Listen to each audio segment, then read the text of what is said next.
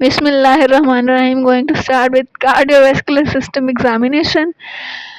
इस एग्जामिनेशन में भी एज यूजुअल जो हम सबसे पहले करते हैं, सबसे पहले हैंड वॉश या फिर सैनिटाइज करेंगे, अपना इंट्रोडक्शन देंगे, पेशेंट को एक्सप्लेन करेंगे, कंसेंट लेंगे, एक्सपोज करेंगे, पोजीशन बनाएंगे। उसके बाद हम उसकी जनरल अपीयरेंस देखेंगे, वो वेल है, अनवेल है, डिस्ट्रेस तो नहीं है, पेन में भी तो नहीं है, अगर उसको कोई मेडिकेशन वगैरह चल रही है तो वो कौन सी चल रही हैं, ये चीज़ें देख लेंगे। फिर उसके बाद हम जो है हैंड्स पे आएंगे। हैंड्स के ऊपर हम जो है उसका टेम्परेचर देखेंगे कि वार्म वेल परफ्यूज्ड है या पेरिफेरल शट डाउन हुआ है, कि कोल्ड है। कैपिलरी रीफिल टाइम जो है वो 2 सेकंड से ज़्यादा तो नहीं है। पेरिफेरल साइनोसिस देंगे पेरिफेरल वेस्कुलर डिजीज़ के लिए, रेनाल्ड फिनोमेना, CCF वगैरह के लिए। इसके अलावा ज़ैंथोमा देखेंगे हाइपर कोलेस्ट्रोलीमिया के लिए आई पे या हैंड्स पे। उसके अलावा जो है Osler node Janeway lesion infective endocarditis के लिए। फिर हम नेल्स पे देखेंगे क्लबिंग के अंदर जो है वो क्या क्या कॉजेज़ हो सकते हैं क्लबिंग की, cardiovascular, atrial myxoma, chronic heart disease, cyanotic heart disease और इन्फेक्टिव एंडोकार्डाइटिस। काइलोनिकिया देखेंगे, iron deficiency anaemia, splinter haemorrhage देखेंगे, इन्फेक्टिव एंडोकार्डाइटिस। या फिर ट्रॉमा हो सकता है कोई वर्क के दौरान, कि वो लेबरर था उसको ट्रॉमा हो गया। उसके अलावा हमारे पास इन्फार्क्ट्स देखेंगे नेल फोल्ड के अंदर, ये वेस्कुलाइटिस या SL के फीचर हैं। उसके बाद हम जो है रिस्ट के ऊपर रेडियल पल्स देखेंगे। रेडियल पल्स क्या rate, rhythm, volume, character, collapsing है कि नहीं है, दोनों साइड की कंपेयर करेंगे। टेकीकार्डिया हो सकता है या ब्रेडिकार्डिया हो सकता है, रिदम रेगुलर हो सकता है, इरेगुलर हो सकता है, इरेगुलर हो सकता है। पल्स जो है वो नॉर्मल हो सकती है, थ्रेडी हो सकती है, बाउंडिंग हो सकती है, या फिर डिस्फरेंस पल्स हो सकती है। वो किस में होगी, एओर्टिक रिगर्जिटेशन या एओर्टिक साइनोसिस मिक्स्ड के अंदर। स्लो राइजिंग हो सकती है एओर्टिक साइनोसिस के अंदर। और कोलैप्सिंग पल्स किसका फीचर है, एओर्टिक रिगर्जिटेशन का। कोलैप्सिंग पल्स कैसे चेक करते हैं कि हम रेडियल पल्स के ऊपर अपना जो है पाम का ये जो मेटाकार्पोफेरेंजियल जॉइंट वाली जगह है वो रखेंगे, फील करेंगे। फिर उसके बाद जो है हम एकदम से पेशेंट का हाथ जो है उठा देंगे तो हमें बाउंडिंग पल्स जो है वो फील होगी, सॉरी कोलैप्सिंग पल्स जिसको हम कहते हैं वो फील होगी। ये आगे एक्सप्लेन हुआ है। सपोर्ट इसको कैसे करना है कि आपको कंधे में दर्द तो नहीं हो रही, फिर पेशेंट का right hand with your right wrist right hand से ग्रैस्प कर लेनी है। अपना मेटाकार्पल हेड्स जो है वो रेडियल आर्टरी के ऊपर रखना है, उसको पैल्पेट करना है। पेशेंट की एल्बो देखनी है विद योर लेफ्ट हैंड और क्विकली लेकिन जेंटली जो है उसका आर्म अबव देयर हेड करना है, और इससे जो है हमें पता चलेगा कोलैप्सिंग पल्स है या नहीं है। रेडियल डिले देखना है, अगर जो है ये 10 सेकंड से ज़्यादा है तो सर्वाइकल रिब हो सकती है, एओर्टिक कोएक्टेशन हो सकती है, डायसेक्शन, एम्बोलिज्म वगैरह हो सकती है। रेडियो फेमोरल डिले देखना है, यानी आर्म्स और लेग्स में डिले आ रहा है कि नहीं, वो aortic coarctation of aorta, dissection में एम्बोलिज्म वगैरह में आ सकते हैं। इसके बाद हम जो है देखेंगे BP आर्म के ऊपर। हम उसको कहेंगे हम आपका BP लेंगे, दोनों साइडों पे देखेंगे। रेडियल डिले अगर आ रहा था तो दोनों साइडों पे देखेंगे। पल्स प्रेशर देखेंगे, AR के अंदर जो है वो वाइड पल्स प्रेशर आएगा, AS के अंदर जो है वो एओर्टिक स्टेनोसिस के अंदर नैरो पल्स प्रेशर आएगा। फेस पे देखेंगे हम मैलर फ्लश तो नहीं है। फिर माउथ पे सेंट्रल साइनोसिस, पुअर डेंटिशन तो नहीं है। पुअर डेंटिशन जो है वो इन्फेक्टिव एंडोकार्डाइटिस का जो है वो फीचर है। नेक के ऊपर हम कैरोटिड पल्स देखेंगे। उसके अलावा कोई और पल्सेस, एक्सैजरेटेड पल्सेशन जिसको कॉरिगन साइंस कहते हैं, वो एओर्टिक रिगर्जिटेशन का फीचर है। ब्रीफली हम उसको पैल्पेट करेंगे, करेक्टर देखेंगे और वन साइड पे उसको पैल्पेट एक टाइम पे एक साइड का देखेंगे। फिर JVP देखेंगे। JVP के लिए पेशेंट को हमने जो है वो 45 डिग्री के ऊपर प्लेस करना है। उसका हेड जो है वो स्लाइटली राइट साइड पे टिल्ट कर देना है। नेक के ऊपर लाइट डाल के जो है हम देखेंगे और देखना है कि डबल पल्सेशंस आ रही हैं लेफ्ट साइड ऑफ नेक पे या फिर नहीं आ रही। एग्जामिन करना है हमने height above the sternal angle in the centimetre. वो हम ऐसे कहते हैं कि ये पेशेंट लेटा हुआ है, ये उसका जो है स्टर्नल एंगल है। स्टर्नल एंगल पे एक स्केल रख लेना है और फिर जहाँ पे अपर एंड है ना पल्सेस का, वहाँ से लेकर स्केल तक ये वाला डायमीटर, ये वाला जो है लेंथ नोट कर लेनी है। जहाँ तक वो स्केल के पैरेलल में आ रहा है। ये सेंटीमीटर जो है इसको करके तो इसके अंदर 5 सेंटीमीटर ऐड करना है। ये हमारे पास जो है वो जेवीपी होगा। अगर जेवीपी 8 सेंटीमीटर से ज़्यादा है तो वो रेज्ड है। फिर हमने जो है उनको पूछना है कि आपको पेट में कहीं दर्द तो नहीं है। फिर राइट अपर क्वाड्रेंट के अंदर जो है हमने हैंड से पुश करना है तो जेवीपी जो है वो राइज होगी। क्यों होगी? हेपेटोजुगुलर रिफ्लेक्स की वजह से। ठीक है, अब इसके अंदर क्या क्या एहतियात है? हेड को ज़्यादा दूर तक नहीं मोड़ना क्योंकि नेक मसल को हमने रिलैक्स करना है। और नॉर्मली जो है लेस देन 3 और 4 सेंटीमीटर, ये वो डिस्टेंस है जो हमने स्केल से मेजर किया था ना, ये वो जो अगर 3 और 4 सेंटीमीटर से कम है तो नॉर्मल है। लेकिन जब हम उसके अंदर 5 सेंटीमीटर ऐड कर देंगे तो वो टोटल हो जाएगा 8 सेंटीमीटर। 8 सेंटीमीटर से अगर कम है तो नॉर्मल है, 8 सेंटीमीटर से अगर ज़्यादा है तो वो फिर जेवीपी रेज्ड है। वो 5 सेंटीमीटर जो है वो फिक्स्ड है। वो क्यों फिक्स्ड है? वो राइट एट्रियम से लेकर वो जो नेक तक का डिस्टेंस है स्टर्नल एंगल तक, वो जो है वो 5 सेंटीमीटर है। फिर हमने जो है हेपेटोजुगुलर रिफ्लेक्स होना चाहिए normally. Persistent elevation of JVP जो है वो रैपिडली फॉल बैक डाउन तो नहीं, परसिस्टेंट एलिवेशन होती है राइट हार्ट फेलियर या फिर वॉल्यूम ओवरलोड के अंदर। उसके बाद हमने प्रीकॉर्डियम की करनी है एग्जामिनेशन। अब हम प्रीकॉर्डियम पे पहुँचे। प्रीकॉर्डियम की एग्जामिनेशन में हमने देखना है कि क्लेविकल के नीचे कोई पेसमेकर या इंट्रा कार्डिक कैथेटर वगैरह तो नहीं डला हुआ। ये ऑब्वियस लंप वगैरह फील होगा। अगर आप इन अनश्योर हैं तो आप फील भी कर सकते हैं। मिड लाइन स्टर्नोटमी हो सकती है। ये किस में होगी? कैबेज के पेशेंट्स के अंदर जिनकी बाईपास हुआ हुआ है या वाल्व रिप्लेसमेंट के पेशेंट के अंदर। इसके बाद हमने जो है इनका जो है लेफ्ट सब मेमोरी ग्लैंड में lift breast to check in. ये क्यों करना है कि माइट्रल वेल्वोलॉटमी तो नहीं हुई हुई, यानी कि उसको माइट्रल वेल का जो है वो कोई ऑपरेशन तो नहीं हुआ। लेग्स पे चेक करना है हमने कि वेन्स हार्वेस्टिंग यानी कि प्रीवियस सर्जरी का पता चलेगा इससे कि उसको कैबेज के अंदर जो है वो वेन जो है वो बाईपास करने के बाईपास प्रोसीजर के अंदर वेन यूज़ होती है लेग्स से। विजिबल हीव तो नहीं है, लेफ्ट वेंट्रिकुलर हाइपरट्रॉफी या पैरास्टर्नल हीव। आगे हम जो है पैल्पेट करेंगे सबसे पहले एपेक्स बीड को, फिर उसको लोकेट करेंगे, फिर काउंट करेंगे। नॉर्मली जो है 5th intercostal space mid clavicular line में आती है। अगर पेश अनएबल टू लोकेट है, कंसीडर करना क्यों अनएबल टू लोकेट है। फिर जो हमारे पास है उसका करेक्टर असेस करना है हमने एपेक्स बीड का कि वो टैपिंग है। टैपिंग करेक्टर होगा उसका माइट्रल स्टीनोसिस में। टैपिंग कैसे है? जैसे हम ठक ठक ठक इस तरह का टैपिंग होगा। और हीविंग होगा। हीविंग में इल सस्टेन्ड होती है और वेल सस्टेन्ड हीव होगी। इल सस्टेन्ड हीव के अंदर जो है वो फिंगर जो है वो लिफ्ट होगी लेकिन प्रॉपरली सस्टेन नहीं होगी, फ़ौरन से नीचे आ जाएगी। MRAR के अंदर आएगा। और ही वेल सस्टेन हीव होगी लेफ्ट वेंट्रिकुलर हाइपरट्रॉफी यानी कि सिस्टेमिक हाइपरटेंशन के अंदर। फिर इसके बाद हमने देखनी है left parasternal heave. Left parasternal heave जो है वो प्रेजेंट होगी इन राइट वेंट्रिकुलर हाइपरट्रॉफी यानी कि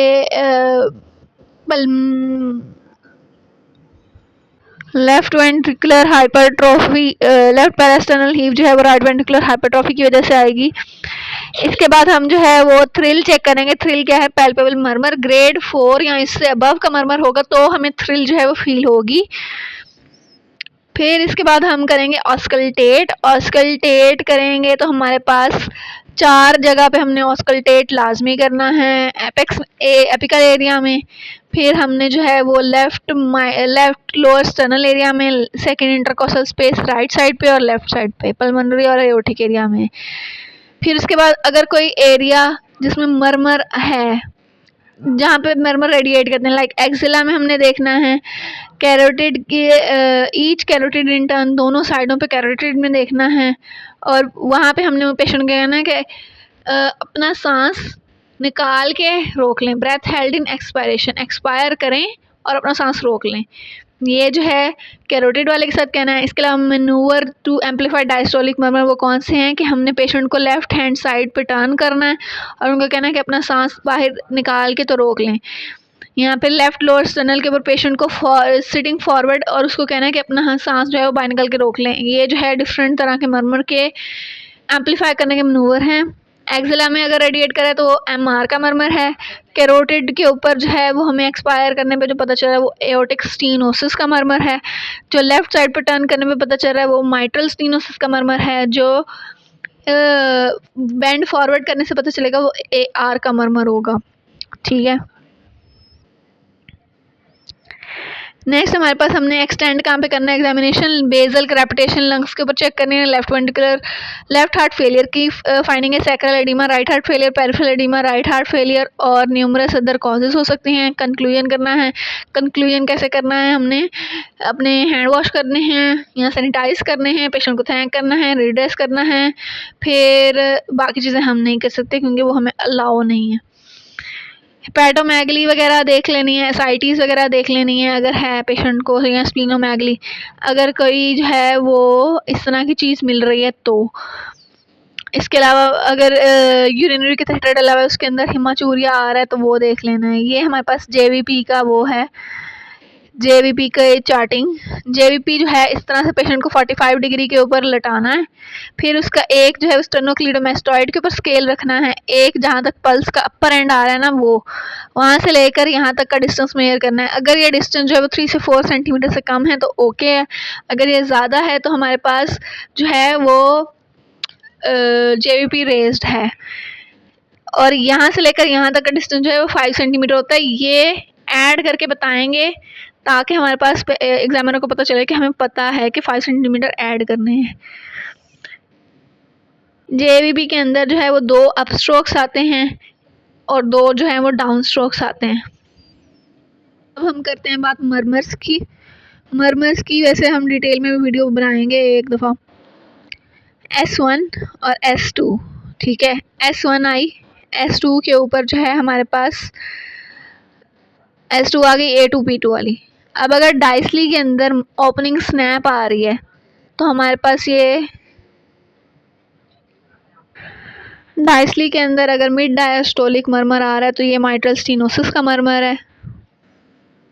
माइट्रल स्टीनोसिस के मर्मर के साथ हमें और क्या चीज़ें पता चलेंगी, इसके साथ हमें जो है माइट्रल फेशीज मिल सकते हैं, राइट वेंट्रिकुलर हीव मिलेगी, एपेक्स जो है वो टैपिंग होगा, वही नॉक नॉक नॉक वाला, और इसके अलावा एट्रियल फिब्रिलेशन मिल सकती है। माइट्रल रिगर्जिटेशन, माइट्रल रिगर्जिटेशन के अंदर जो है वो पैन सिस्टोलिक मर्मर आएगा और एपिकल थ्रिल आएगी, एपेक्स पे जो है वो थ्रिल फील होगी, डिस्प्लेस्ड एपेक्स हो सकता है और लेफ्ट वेंट्रिकुलर फेलियर के साइंस मिलेंगे। एओर्टिक स्टीनोसिस का मर्मर जो है वो पैन सिस्टोलिक होता है विद इजेक्शन क्लिक, और ये जो है इसके अंदर नैरो पल्स प्रेशर मिलेगा, स्लो राइजिंग पल्स मिलेगी, low volume, heaving apex beat होगी लेकिन नॉन डिस्प्लेस्ड होगी, और रिमेटॉइड आर्थराइटिस एंडोकार्डाइटिस के साइंस वगैरह मिल सकते हैं। एओर्टिक रिगर्जिटेशन के अंदर हमारे पास अर्ली डायस्टोलिक मर्मर आएगा, लार्ज पल्स प्रेशर होगा, कोलैप्सिंग पल्सेस होंगी, डिस्प्लेस एपेक्स होगा और पेरिफेरल पल्सेस वगैरह मिलेंगी। अच्छा जी, अब हमने एग्जामिनेशन किया है, हमें जो है वो साइनोसिस मिली है। साइनोसिस 2 तरह से हो सकते हैं, या सेंट्रल या पेरिफेरल, इसके ऊपर भी जो है वो डिटेल से वीडियो बनी हुई है। पेरिफेरल साइनोसिस अगर है तो कोल्ड ब्लू हैंड मिलेंगे, सेंट्रल साइनोसिस हैं तो लिप्स ब्लू मिलेंगे, टंग ब्लू मिलेगी, लेकिन हैंड्स वगैरह जो हैं वो ब्लू मिलेंगे लेकिन वार्म होंगे। सेंट्रल साइनोसिस के अंदर, सेंट्रल साइनोसिस के क्या डिटीज हैं, लंग की कोई मसला है जिसमें प्रॉपर ऑक्सीजनेशन नहीं हो रही, या फिर कहीं पे डीऑक्सीनेटेड ब्लड जो है वो मिक्स हो रहा है। Deoxygenated blood congenital heart disease में हो सकता है, आइजनमेंजर में हो सकता है, टॉफ के पेशेंट में हो सकता है, मैथ हीमोग्लोबिनीमिया के पेशेंट में हो सकता है। पेरिफेरल साइनोसिस का मतलब ये है कि बॉडी के अंदर ऑक्सीजनेशन सही हो रही है लेकिन वो किसी जगह पे पहुंच नहीं पा रहा, ब्लड जो है वो ब्लड की किसी जगह पे ऑब्स्ट्रक्शन हुई हुई है, वो आगे पहुंच नहीं पा रहा। पेरिफेरल वेस्कुलर डिजीज हो सकती है, Raynaud phenomena, heart failure, shock, central cyanosis with वेंसवेयर। फिर उसके बाद हमारे पास इरेगुलर पल्स के डीडीज क्या हैं, एक तो एट्रियल फिब्रिलेशन है। एट्रियल फिब्रिलेशन किस किस कंडीशन में हो सकती है, ischaemic heart disease, rheumatic heart disease, thyrotoxicosis, pneumonia, pulmonary embolism, alcohol, इन पेशेंट के अंदर एट्रियल फिब्रिलेशन हो सकती है। इसके अलावा वेंट्रिकुलर एक्टोपिक बीट्स के अंदर इरेगुलर पल्स होगी, हार्ट ब्लॉक के पेशेंट के अंदर इरेगुलर पल्स होगी। जेवीपी की अगर हम बात करें तो जेवीपी कब एलिवेट होगी? जेवीपी जो है वो राइट हार्ट फेलियर के अंदर एलिवेट होगी, volume overload, pulmonary embolism, constructive pericarditis. JVP elevate होगी विद डिक्रीज बीपी किन कंडीशन के अंदर? टेंशन न्यूमोथोरैक्स में, कार्डिक टेम्पोनार्ड में, मैसिव पल्मोनरी एम्बोलिज्म में, एस्थमा में। मतलब ये कि वो कंडीशंस जिनके अंदर लंग इन्वॉल्व होगा तो वो हमारे पास elevated JVP with low BP होगा। एलिवेटेड होगा लेकिन फिक्स्ड जेवीपी कब होगी? एसपीसी ऑब्स्ट्रक्शन में। कैनन वेव्स कब आएंगी? कंप्लीट हार्ट ब्लॉक में, वेंट्रिकुलर एक्टोपिक बीट्स के अंदर और वीटी के अंदर। जॉइंट वी वेव्स कब आएंगी? टीआर के अंदर। इसके बाद रेडियल पल्स किन कंडीशन के अंदर एब्सेंट हो सकती है? कंजेंटली एब्सेंट हो सकती है, ये जो है बायलेटरल कंडीशन होगी। आर्टीरियल एम्बोलिज्म, एट्रियल फिब्रिलेशन की वजह से उसमें एब्सेंट हो सकती है। एथीरोमा हो जाए सबक्लेवियन वेन का तो हमारे पास एब्सेंट हो सकती है। प्रीवियस आर्टीरियल लाइन डली हुई हो, कोरोनरी एंजियोग्राफी हुई हो, सर्वाइकल रिब हो, कोआक्टेशन ऑफ एओर्टा, इनके अंदर हमारे पास एब्सेंट रेडियल हो सकती है। जेवीपी जो है उसके क्या फीचर होते हैं? कैरोटिड पल्स से इसको कैसे डिफ्रेंशिएट करेंगे? कैरोटिड पल्स में सिंगल पल्स आती है, जेवीपी के अंदर डबल पल्सेस आती हैं। ठीक है, कैरोटिड जो है वो पैल्पेबल होती है, जेवीपी जो है वो नॉन पैल्पेबल होती है। जेवीपी कैरोटिड को जब हम अप्लाई करेंगे, मतलब जैसे ये क्लेविकल है ना, इस जगह पे हम प्रेशर अप्लाई करें तो कैरोटिड चलती रहेगी, जबकि जेवीपी जो है वो ब्लॉक हो जाएगी, ऑब्लिटरेट हो जाएगी। इसका जो है रेस्पिरेशन के साथ चेंज आता है, जबकि कैरोटिड में रेस्पिरेशन के साथ चेंज नहीं आएगा। पेशेंट अगर एंगल चेंज करेगा तो जेवीपी चेंज होगी, कैरोटिड चेंज नहीं होगी। उसके बाद हमारे पास हिपैटोजुगुलर रिफ्लेक्स के जरिए कैरोटिड राइज नहीं करेगी और जेवीपी जो है वो राइज करेगी। ठीक है, अब कार्डिक सर्जरी के कहाँ कहाँ स्कार हो सकते हैं? सबसे सिंपल जो है कैबेज का स्कार है जो स्टर्नम पे होगा मोस्ट प्रोबेबली। इसके अलावा जो है इसका जो वेन ग्राफ्ट है वो लेग के ऊपर स्कार होगा। Mid line sternotomy with no leg scar का मतलब ये है कि उसको वेल्व रिप्लेसमेंट हुई है, यहाँ पर कैबेज वो हुई है जिसके अंदर वेन ग्राफ्ट नहीं हुई। अब एक है पल्सिस पैराडॉक्सिकस। पल्सिस पैराडॉक्सिकस क्या है कि exaggeration of normal situation which BP fall during inspiration. Inspiration में बीबी जो है वो फॉल करेगा। ये कब हो सकता है? कार्डिक टेम्पोनार्ड के अंदर। पल्सिस पैराडॉक्सिकस, यस, कार्डिक टेम्पोनार्ड के अंदर होगा ये। कंस्ट्रक्टिव पेरिकार्डाइटिस के अंदर होगा। रिस्ट्रिक्टिव कार्डियोमायोपैथी या फिर सीओपीडी के अंदर। वो कंडीशन जिनके अंदर हार्ट जो है वो कंस्ट्रिक्शन के अंदर है या उसके जो है थोड़ा दूर चला गया चेस्ट वॉल से, उसके अंदर जो है वो पल्सस पैराडॉक्सिकस आएगा। कॉस्मोल साइन क्या है? जेवीपी राइज होगी ऑन इंस्पायरेशन। क्यों हो सकता है? टेम्पोनार्ड में, कंस्ट्रक्टिव पेरिकार्डाइटिस में, रिस्ट्रिक्टिव कार्डियोमायोपैथी में जो सेम कॉजेज हैं पल्सस पैराडॉक्सिकस की। नॉन पैल्पेबल एपेक्स बीट की क्या कॉजेज हो सकते हैं? एडिपोसिस पेशेंट बहुत ओबीज है, उसको नीमोथोरैक्स है या एम्फेसिमा है या प्लूरल इफ्यूजन या पेरिकार्डियल इफ्यूजन है। एपेक्स बीट जो है वो अपनी नॉर्मल पोजीशन में नहीं है, ये भी हो सकता है। यहाँ तो वो डिस्प्लेस है लेफ्ट हार्ट फेलियर के अंदर या फिर डेक्स्ट्रोकार्डिया यानी कि दिल्ली राइट साइड पर पड़ा है। हीविंग एपेक्स बीट कब होगी? लेफ्ट वेंट्रिकल हाइपरट्रॉफी में, जो कि होती है मोस्ट प्रोबेबली हाइपरटेंशन में, एओर्टिक स्टेनोसिस में, हाइपरट्रॉफिक कार्डियोमायोपैथी में, कोएक्टेशन ऑफ एओर्टा में। थर्ड हार्ट साउंड कब आएगी? थर्ड हार्ट साउंड आएगी सबसे ज़्यादा कॉमन जो है वो एनीमिया में, सीसीएफ में, MR AR large interior MI के अंदर जो है वो थर्ड हार्ट साउंड आएगी। फोर्थ हार्ट साउंड कब आती है? क्यों आती है? क्योंकि वेंट्रिकल जो है वो उसका पुअरली कंप्लायंट होता है, ये हमेशा एबनॉर्मल होगी। और थर्ड हार्ट साउंड नॉर्मल हो सकती है 30 ईयर से कम बंदों में। क्यों? क्योंकि रैपिड वेंट्रिकुलर फिलिंग होगी।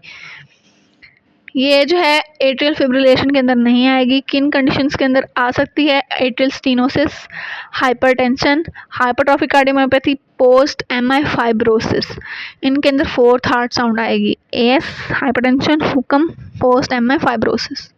ओके, नाउ कैसे हम केस को प्रेजेंट करेंगे? आया है डिफरेंट डिजीज को कैसे प्रेजेंट करना है वो हम बाद में देखते हैं।